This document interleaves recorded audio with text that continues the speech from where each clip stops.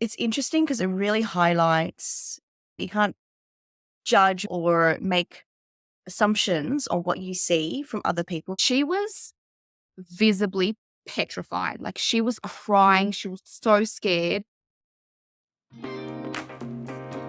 Hello and welcome. This is Dee and Yi. We're the hosts for the Milk and Madness podcast. Thank you for joining us. Helicopter, tiger, free range. Am I just saying random words? No, I'm describing different parenting styles. So the concept of parenting styles has been around for some time. It was introduced in the 1960s. And the psychologist identified three main styles of parenting. I'm going to butcher these, so bear with me. Authoritarian, authoritative, and permissive. And then a fourth style was later added in the 1980s by Stanford researchers. And since then, there's been a whole bunch of subtypes added. We did some quick research before this episode, and we'll have all the sources listed in the show notes for you to refer to if you'd like. But a quick summary of what the four main types of parenting styles are in case, like us, you didn't know much about them. So there's authoritarian, focus on obedience, punishment over discipline. Authoritative, create positive relationships, enforce rules. Permissive, which is don't enforce rules. It's all about kids will be kids kind of approach. And uninvolved, which is to provide little guidance, nurturing, or attention. And there are many subtypes of parenting as well, including free range, helicopter, snowplow, lighthouse, attachment, and tiger parenting. Personally, Dee and I, we don't think there is any one style that is right or wrong. We're all different, and it makes sense that our approach to parenting will come with differences as well. Also, I think our parenting styles may be a mix of a few different types. But for some fun, Dee and I completed a parenting style quiz. So how did it go? What parenting style did you get? So I got helicopter. Mm-hmm. And What did you get? Yes, I got attachment. And okay, so according to parents.com, because honestly, when I didn't know what helicopter was, so I did have to look it up. So helicopter is if you're an overprotective parent who feels the need to control most aspects of your child's life, you likely fit the bill of a helicopter parent. Helicopter parents constantly intervene in their kid's life and they obsess about successes and failures. The risk-assessing tendencies of helicopter parents are often driven by fear and anxiety. And parents who intervene in this way can hinder a child's ability to learn integral life skills, confidence, and self-sufficiency. Research by the American Psychological Association found that kids who experience helicopter parenting are less likely to be able to manage their emotions and behavior. Do you agree with this? Yes. Short answer is yes. I think that description from parents.com, I think that's the extreme version of helicopter parenting. But with the assessment, I do agree that I am a helicopter parent. So short answer, yes. Okay. Can we dive into your one? Or? Yeah. Actually, I have some comments about your results. Sure. Because it's interesting because it really highlights you can't judge or make assumptions on what you see from other people, because my first impressions, and my husband Matthew feels the same, like I brought it up the other day, is that from Mother's Group, you just came across so chilled. And I remember reflecting on like the first couple of Mother's Group, like, oh, Dee, she's so chilled. I wish I was a bit more like that. Here I am just thinking about every little thing and researching every little thing. I just remember thinking, wow, you're so chilled and you seem to have it all together and you seemed really unfazed about what was going on. And I think maybe more free range, from my basic understanding what free range is, I think, which is like to give kids independence and being less supervised. And yes, that was my first impression. So now that I know you better, obviously it's been 6 years and we're doing this podcast and everything. And I think I do agree, knowing your experience in terms of anxiety and how that does influence your approach to parenting, that I would agree more. But first impressions, and I would also say if someone didn't know you well and they just saw you at a park or they just met you at a kid's birthday party, I would say that they wouldn't agree with that, because you do seem to have it all together. And I'm not saying you don't have it all together, but you wouldn't think, oh, she's potentially feeling quite anxious about this situation. Yeah. And I could totally see how that would come across because, like I said, I think this description is the extreme end of it. But when Mhm. you read the section where it talks about, let me just try and find it, risk assessing tendencies and that it's driven by fear and anxiety, that really clicked and hit home because I had never really thought about that. Mhm. And even though I have always done this, like I've always assessed risk, that's just part of my personality. Not to say that I've not done things that are dangerous and stupid. I have, but I've always had this tendency to risk assess. And I think that's flowed on into my parenting. And when it says that it's driven by fear and anxiety, I 100% agree. So I think my Mhm. helicopter parenting comes in certain situations and at certain times.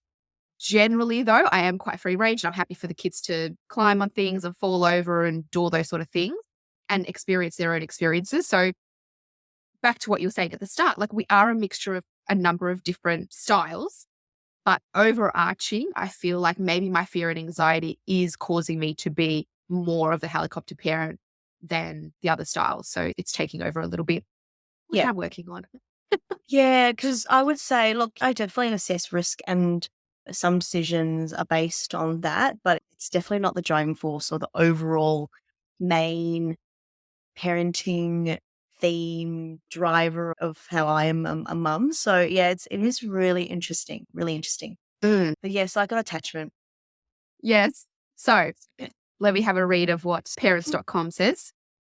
Attachment parenting involves a nurturing and hands on approach. These parents think that putting a child's needs first leads to independence and emotional stability. Parents who follow this style value physical closeness, bed sharing, and co sleeping, extended breastfeeding, positive discipline, and other attachment based approaches to raising children. A study by the American Academy of Pediatrics found an association between sensitive, responsive parenting and children's language skills. Specifically, kids of parents with higher levels of responsiveness and warmth had more than 2 times better language skills than children whose parents were less responsive. On the other hand, this parenting style is demanding and can sometimes feel out of balance when parents are less flexible in their approach. What are your thoughts on that description? I think it's accurate in most parts, but look, bed sharing, absolutely not. Matthew and I were pretty against that because you hear stories of people who started and then the kids were like 10 or something and they still want to do it. So we were like, no, they need their own space. We all know my breastfeeding story. Ambrose wasn't breastfed at all, but that wasn't a personal choice. So I would say probably if everything was going well, I would have kept going for longer than the 3 attempts that we had. But yeah, I do agree in most part in terms of the putting the child's needs first. I would say yes. I think I'm just trying to reflect in terms of with maybe discipline or that kind of stuff. I do try to just to think in the moment, okay, what is it that he needs in this moment right now and try to give that to him. And I do agree it can be demanding and exhausting in every situation. It's always thinking what kids need. How are they going to learn from this situation? And I do think that, yes, it can feel a bit out of balance when I'm out of that style, which I'm definitely out of that style sometimes when I'm really stressed and I don't have that mental space, that capability or capacity to put them first, or it's a really rough day or something like that. And maybe I shout, then yeah, it would be quite a shock to the kids because that's not the normal approach. So long story short, yes, I do agree with most of that. Well, first impressions for me, and I wouldn't know what title to put on it, but I do agree when it says that you're a child led parent, the way that you parent, because you do. You always think about Kenzo and Ambrose and what they need and what they might want to do. Like you're not, and I'm only comparing it to other styles now.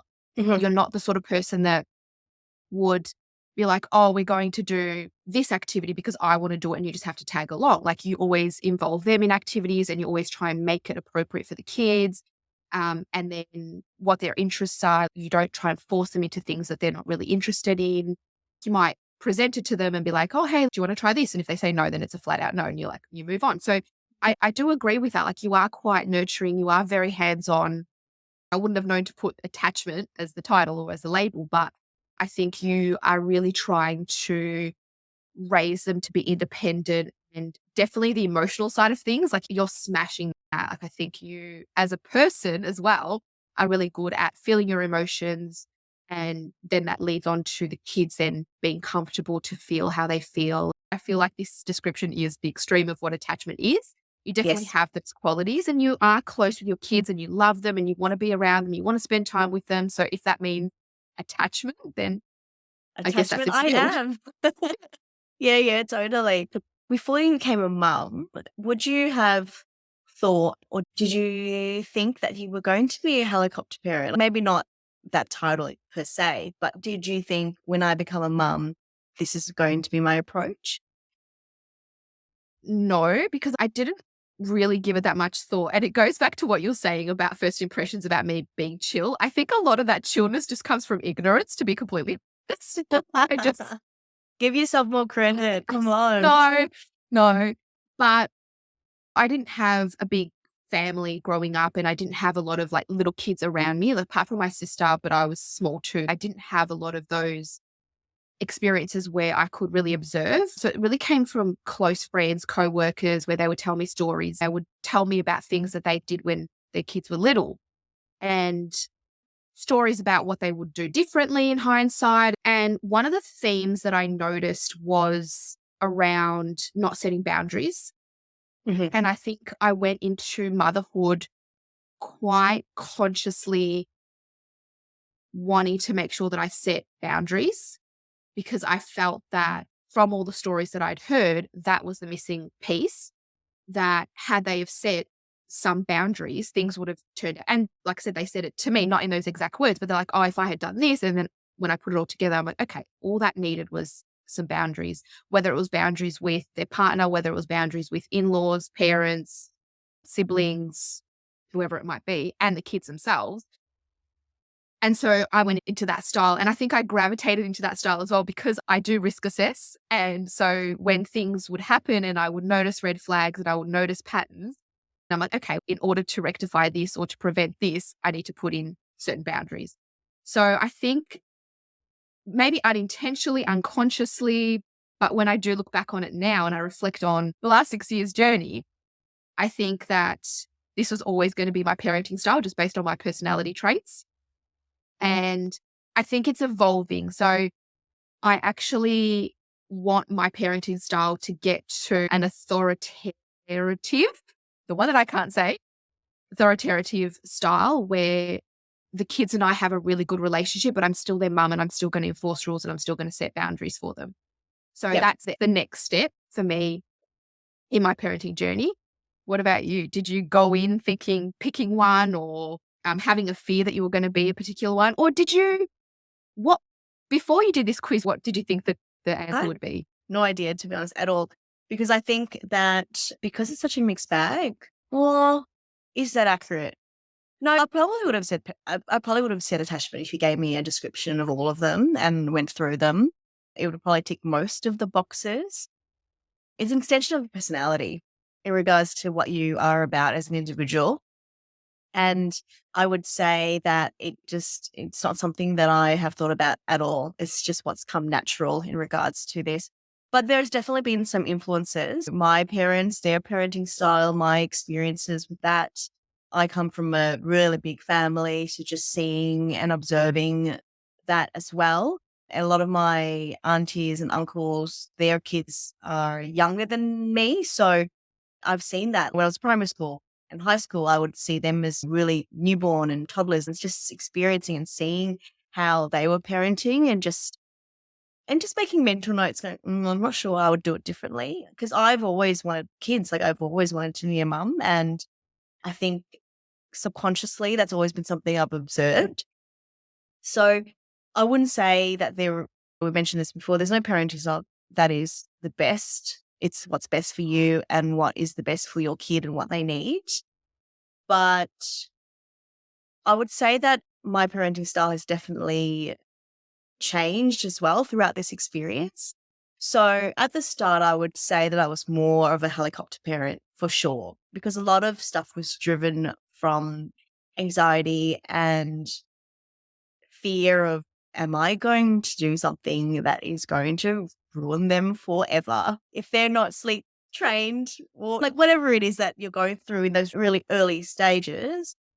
I was definitely more helicopter, but I think that I've just grown into being a mum and that confidence of, you know what? No, I've got this. Yes, there might be some stuff that if I could do again, I might change slightly. But I think as the years have gone by and kids are getting older and our relationship is definitely becoming more of a friendship kind of way. Obviously, I'm still their mum, but as we progress to that, then I'm definitely being more of a attached parenting style. I don't foresee that I'm going to stay in that forever. I think there will always be elements of the attachment parenting. But like you, I want to get to a stage when they're grown ups, when they're adults, I want to be someone who they can come for advice. I think we'll always have that mum and kid kind of relationship, like even when they're older, but it will just evolve and change so that we're not guiding them so much, but we're there to support what they need and all that stuff. That's a really long answer to that question, but yes. No, great answer. Great answer. Do you think so? You mentioned your own upbringing, Mhm. and I've thought about this a lot, and I still haven't quite decided. I haven't really landed on how I think and feel about it. You mentioned that it did impact Mhm. your parenting style, Mhm. and I always wonder. So, because I see people whose parents like smoke, for example, and then they Mhm. do the exact opposite and they don't smoke, or I see people who copy the patterns of their parents, where if their parents smoke, then they become smokers and it just the pattern keeps repeating. And I always wonder, what is that change or what makes somebody change from my parents used to smoke, but I'm not going to? I always wonder that. But anyway, I'm curious to know, is your style the same as your parents? Is it completely opposite? Or has it changed so that it's filling the gap that you didn't get when you were a kid? Yeah, great question. I think it's definitely not the same. I can definitely with confidence say that is it's definitely not the same. I would say that it is probably the latter in terms of filling in gaps that I maybe felt as a kid. The thing is, it's difficult because my parents, when my grandpa came over during the war and sponsored everyone over, there was a lot of sacrifices and we were very poor. And my parents worked a lot to give us stuff, what we needed in terms of our childhood and upbringing. So I would say that I have this privilege in terms of that they didn't have in regards to money and time. So I would say a lot of their parenting style was stemmed from that. I do wonder that if the situation was different and they had more money, they had more time, they had the luxury of stuff that Matthew and I have, that their parenting styles would be different. But that was their way of showing love in terms of working so hard to provide us with things that they, wanted to provide us with. So I would, yeah, it's difficult because I don't want to judge them on stuff like that. But there is some personal reflection in regards to things that as a kid that maybe you would have liked to have had more of. And therefore, I'm making sure that my kids get that stuff. So I think it makes sense that, like, on reflection, that I'm an attached parenting style mum. And I know that Matthew, my husband, would agree because he had an interesting upbringing as well. And there were some relationships that even to now, and he's almost 40, that there's probably still trauma there. So I think his approach as a dad definitely has been impacted, influenced on his decision. So I think for both of us, it's a what was missing? How can we make sure that that isn't missing for our kids? So you were saying at the start that you haven't decided on your thoughts on this, but like where are you at with this? So I've decided in terms of my own, I just haven't figured Mhm. out like what that missing piece is that makes someone change up that pattern of parenting. Because you Mhm. do see people that, for good or for bad, that copy the same parenting style and history just repeats itself. And obviously, in the situations where it's not the greatest childhood experience, you always wonder, like the people that do break out of that, like what makes them break out of that. But from my end, I would have to agree that I think I'm gravitated towards the parenting style that I would have liked to have had when I was younger. And same sort of situation. My parents came, they were immigrants. They came to Australia with literally one suitcase, couldn't speak a word of English, barely any money to their name, and they had to start from scratch, literally. So everything they did, it was very survival. It was very survival Mhm. based. And it Yeah. put a lot of pressure on me that I had to learn English and I had to do all those things to support them in that way, to help them out.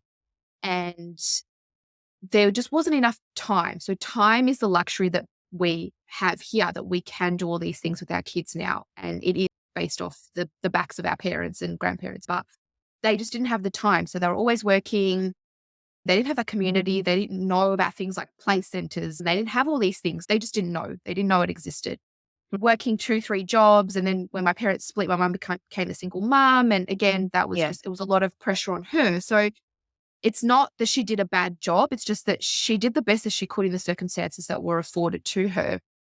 And it's not that I'm looking back, like same like you. It's not like we're looking back and we're going, oh, she did this wrong or they did this wrong or anything like that. It's just in order for us to heal and grow as people, I think we're looking back and we're going, oh, had I have had this, or I wish I had more of this, and then things could have been different or whatever. But yeah, 100%. It was always time that I craved, like that one-to-one connection with my parents. And also, I feel because they didn't give me the time and they didn't really give me any guidance or anything, a lot of it I had to figure out on my own. And that kind of wasn't my style as a kid. I really needed someone to guide me. Thankfully, though, I didn't go down the wrong path and I didn't go and do anything bad or get into any trouble. But there was definitely that element there where I could have. The plus side is that I became super independent and I'm super self sufficient. The bad side is that now I can't really rely on anyone. So there's good and bad for everything. But it is really interesting that it's just the two of us, but I'd be interested to see if anyone else agrees. Does anyone else that's listening, do you parent based off the gaps that you felt from your childhood? I'd be really interested to know. Please let us know what your thoughts are on this topic. Mhm. And then I was just thinking in regards to like with the different parenting styles, have you encountered situations where you have found another parent's parenting style, so different to yours that it was like abrasive or you couldn't agree, or maybe it pushed a button or something? Have you had any of that in the last 6 years? Have you come across that? Honestly, no. I think that there are definitely situations where you meet people and you're like, oh, I probably wouldn't have done that.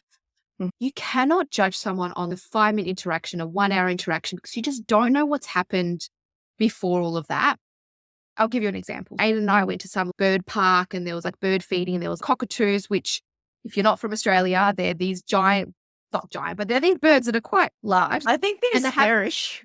they're scary. They have a really strong beak and they can Yeah. literally bite your fingers off, thumbs off. And if you go to a zoo or anywhere, they have signs saying, please don't put your fingers in because they will be bitten off. And they squawk really loudly. So they sound quite scary and large wingspan. And they're not scared of you. They're not And they're scared not of you. they're not scared of you. And anyway, so we were at this park and I was holding Aiden and we were just like walking around and we're looking at the birds. And I distinctly remember this mum telling this girl to go and feed the cockatoos, the birds. I think it was the birds, but cockatoos were around. And she was visibly petrified. Like she was crying. She was so scared. And the mum was just yelling at her, shaming her, telling her to just get over it, just go and do it. And in that moment, like my mum instinct overcame and I was like, I didn't say anything, but I was just like, oh, this poor girl, I just want to take her home with me and give her a hug and tell her it's okay. And if she's scared, if she doesn't want to do it, she doesn't have to. But I don't know the situation. I don't know what is going on in that dynamic. I don't know what's happening. Yes, it didn't sit right with me. I don't know these people from a bar of soap. So it's hard to Mhm. say. The friends that I do have, I think the answer is no. I don't have any friends or I don't have anyone close to me that conflicts with my parenting style. I think you can always learn from someone else's style. Like I really do admire how you handle the boys and your style, and as well as the other mums from the mothers group. There's definitely things that I pull from their styles and it helps me in certain situations. But it's one of those things like attracts like. So I don't have anyone in my life that really is polar opposite to me. But again, I don't have a big family where you're obligated to see certain people, whether you like them or not. So I get to choose who I'm around. So I don't really have anything.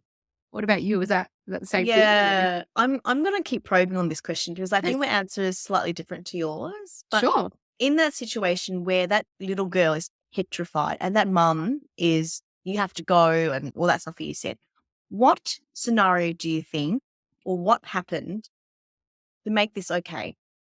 Because I would just, I can't imagine any situation where if Kenzo is absolutely petrified, I'd be like, no, you're doing that. Honestly, Mm. I can't think of it. So Yeah. it's not like I'm judging her. I am doing what you're saying in terms of I would definitely, absolutely not do that. And I don't know what's gone on. But then I'm like, you know what? What has gone on for that to be okay with how you're dealing with your child? Yes. What do you Yeah. think? It's a hard one. So the girl, if she was a lot older than our kids, so she must have been 8, 9, 10, maybe. Okay, sure. Sorry, I probably should have said that to begin with. So I don't know. Maybe there's a history of she's scared of birds, and maybe the mum thought this is the best way to get her over that fear. I know that I even do things that I regret Yeah, and yeah, that yeah, I'm of ashamed course. of, right? In the moment, in And need of it, and you're, yeah, yes, of course. so I don't know, maybe they drove really, really far to get to this place because she really wanted to feed these birds, and then she didn't feed the birds, and then mum got angry. She's like, just feed the birds. Just get over it and feed the birds. So I don't know. But Mm-hmm, percent, like my first thing is I just want to bring her home and give her a hug. Is she okay? And just gentle parent her and all of that stuff. But it goes back to what we were talking about parenting styles. And it's another thing that or our upbringing, our childhood. And it's always a thing that I think about in terms of sometimes you grow a lot more from adversity, right? So if we're always mm-hmm, making things happy and lovely and not showing them the bad side of things, in every situation help our kids grow? I don't think so. I think that mm-hmm. what she did is a bit extreme. Absolutely. But again, I don't know what the situation was. And I don't know if that actually ended up helping the kid get over a fear of birds. You don't know, right? We will We never will, know. we will never know. So I can't say that what she did was wrong or bad or that I wouldn't Sure. do that. Like I might. Who knows? Stay tuned. I had this situation and I remember it very clearly. And I think just us talking about this and I'm reflecting, I'm like, yeah, I think I am attachment. I think I am. So what happened was we're at a park and there was this kid, same age as Ambrose. Ambrose is 2.5 now. Oh, they were probably around 2 at the time. And they were climbing up a thing to get to the really tall slide. And Ambrose has always been pretty physical. Like he started walking at 10 months and he doesn't care about climbing. He goes up, whatever. But he likes me to be there. So I'm there watching him, supporting him. Yay, go, go, go. And there was this kid about the same age as him. And he was a bit scared to climb up. And his dad was there, not supportive, definitely not attachment style parenting. And he said, and it really hit a nerve, but he said, what did he say? He said, you're a baby. Why can't you climb this? You're a baby. Your brother can do this. Like, why are you being such a baby about this? Not supportive at all, not encouraging at all. And I remember because I was there, like, encouraging Ambrose, like, it was night and day, like, literally, us standing next to each other. And I remember he looked around and we made eye contact, and I just knew in that moment he was scared. He was scared. He was genuinely scared to climb up and genuinely a little bit scared from his dad's approach of trying to encourage him to get up. And I gave him a little smile and his dad walked off, right? I think his dad had enough of the whole situation. So I helped him get up. And then he and Ambrose played a bit together and I climbed up too because I'm very like, I'm going to be in the playground with you. I'll climb up as well. And I don't know, that really hit a nerve for me because I was like, in no way, in no situation would I be trying to encourage my kid in that way because it was just against every fiber of my body. But I do agree in terms of there are times when I step back from the attachment style because I think it'd be good for them. So even recently with Kenzo starting primary school and second week we've experienced some bullying. Even with that, I had a few conversations with him, but I'm like, you've got to deal with this, son. Like this is going to be something that is going to come to you throughout life. And there's going to be situations where you are going to have to deal with it. I will try my very best to give you a foundation and I'll do my best to talk to you about maybe different scenarios that might happen or however to help you feel like you've got backing in terms of how you might deal with it, but he's going to have to deal with it. And there's been times even at the playground where Ambrose is like, I can't do this. I'm like, yes, you can. Do it. Do it. And I'll be here if you fall. It's all good. But I just remember that situation with that other dad. And I remember mentioning it to my husband as well because he wasn't there. But I was like, wow, I don't know how you thought this could help your kid. He was genuinely scared of the situation, climbing up, and of you. And I think for me, one of the things that I would be just so distraught about is if my kids were scared of me. Like that would just be absolutely horrific for me. And I just think about this parent and this kid was scared of his dad. I'm like, that's really sad. So that was my Yeah. experience of that. Yeah. Obviously, we don't know this You dad, but don't? it sounds like he's maybe that authoritarian style. Look, he potentially. might be having a really bad day. I don't know all the No, stuff but- around it, but I just know in that moment, I was just like, wow, okay. This is the hard thing, especially with strangers, because I know there's times when we've been together and one of the kids has done something, like if Aiden does something wrong, I would expect you guys to come and tell him off because obviously we have that relationship with each other. Or if one of the kids needs help with something, you guys would step in if I'm busy and vice versa. But you can't do that with a stranger. You can't step in and be like, okay, you're having a moment, go and sit down, chill, and I'll help him up the playground thing. But you always want to help. That style always reminds me of the Von Trapp dad, like with his whistle and he lines up the kids. Oh, gosh. It always reminds me of that style. And yeah, you need all sorts of people in this world. And as horrible as it sounds, Yep.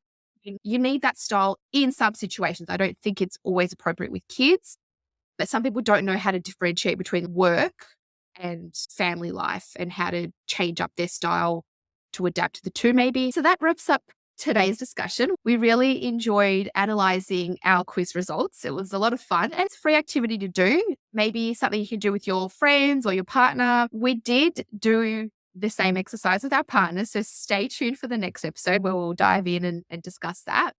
Remember, you're doing a great job no matter what your parenting style is, what you've adopted, what you've decided your approach to be. As always, thank you for listening and for your company. Don't take yourself so seriously. Let there be some fun. Bye. Bye.